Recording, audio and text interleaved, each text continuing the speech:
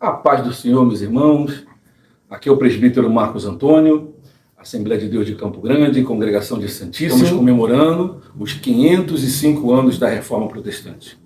Um movimento transformador de caráter religioso que sacudiu a história da Igreja ainda no século XIV. Porque nós entendemos e cremos que Deus precisou despertar e levantar alguns homens para literalmente protestar contra a situação da Igreja da época.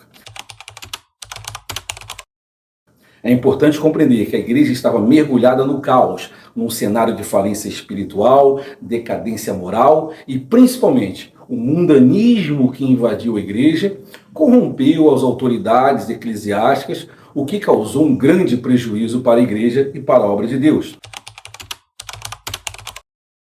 É importante compreender também que os reformadores, de uma forma geral, eles basearam as suas críticas à igreja em 4 pontos distintos. Primeiro, como o homem chegaria à salvação? De acordo com os reformadores, o homem chegaria à salvação através única e exclusivamente da fé em Jesus Cristo, não mais através das indulgências ou através do flagelo físico que era representado pelas penitências.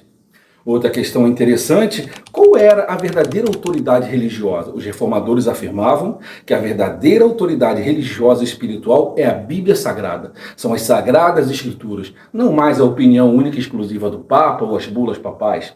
Outras 2 questões era qual era a verdadeira igreja, qual era o papel da igreja na vida das pessoas e qual é a essência da vida cristã. Nós podemos ainda destacar, dentro desse contexto, alguns homens. No século XIV, o professor e teólogo inglês John Wycliffe, que trabalhou de forma muito árdua para poder traduzir a Bíblia do latim para o inglês. Nós podemos citar ainda John Hus, que era um escritor tcheco, pensador, que foi queimado na fogueira como herege. Do século XV, nós podemos citar o padre Giordano Savonarola, nós podemos citar ainda Zwinglio, mas quando chegamos no século XVI, nós temos as 3 principais figuras desse movimento. Nós temos João Calvino, teólogo e escritor francês, fundador da doutrina calvinista.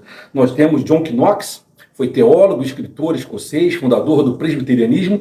E, finalmente, chegamos ao nome que muitos acreditam que seja o nome de maior expressão da Reforma Protestante, que é um monge alemão, que nós conhecemos como Martinho Lutero, da ordem augustiniana. E se olharmos para a vida de Lutero, nós vamos entender que Lutero ele baseia sua vida nesses 2 versículos. Carta de Paulo Romanos, capítulo 1, versículo 16, diz assim: porque não me envergonho do Evangelho, porque é poder de Deus para a salvação de todo aquele que crê, ao judeu, primeiramente, também ao grego, porque nele é revelada a justiça de Deus de fé em fé, como está escrito, o justo viverá por fé. Lutero, ele foi uma voz muito forte na sua geração, porque ele entendia que a fé era a única necessidade que o homem tinha para herdar a salvação, e não todas aquelas condições que a igreja na época exercia. Sendo que em 31 de outubro de 1517, Lutero ele prega literalmente na porta da Catedral de Wittenberg 95 teses. Essas teses eram críticas pesadas, críticas severas à conduta do Papa e à condição que a igreja se encontrava. Eu quero ler para vocês aqui a tese de número 36. Qualquer cristão verdadeiro ou arrependido tem direito à remissão pela pena e culpa, mesmo sem carta de indulgência. Quero ler também para vocês teses 62 e 63. O verdadeiro tesouro da igreja é o Santíssimo Evangelho da glória e da graça de Deus.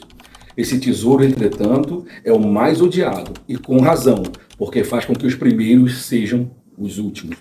Todos esses homens que foram levantados por Deus, eles pagaram um preço muito alto. Mas eles deixaram um exemplo de dedicação e fé para todas as gerações que vieram após eles. E a minha oração neste dia é que o mesmo fogo que ardeu no coração daqueles homens continue ardendo no meu e no seu coração. E que da mesma forma que eles foram utilizados como ferramentas, que a igreja de hoje, os protestantes de hoje, continuem sendo utilizados como ferramentas para transformação, libertação e salvação para todo aquele que crê na autoridade do nome de Jesus. Que Deus te abençoe.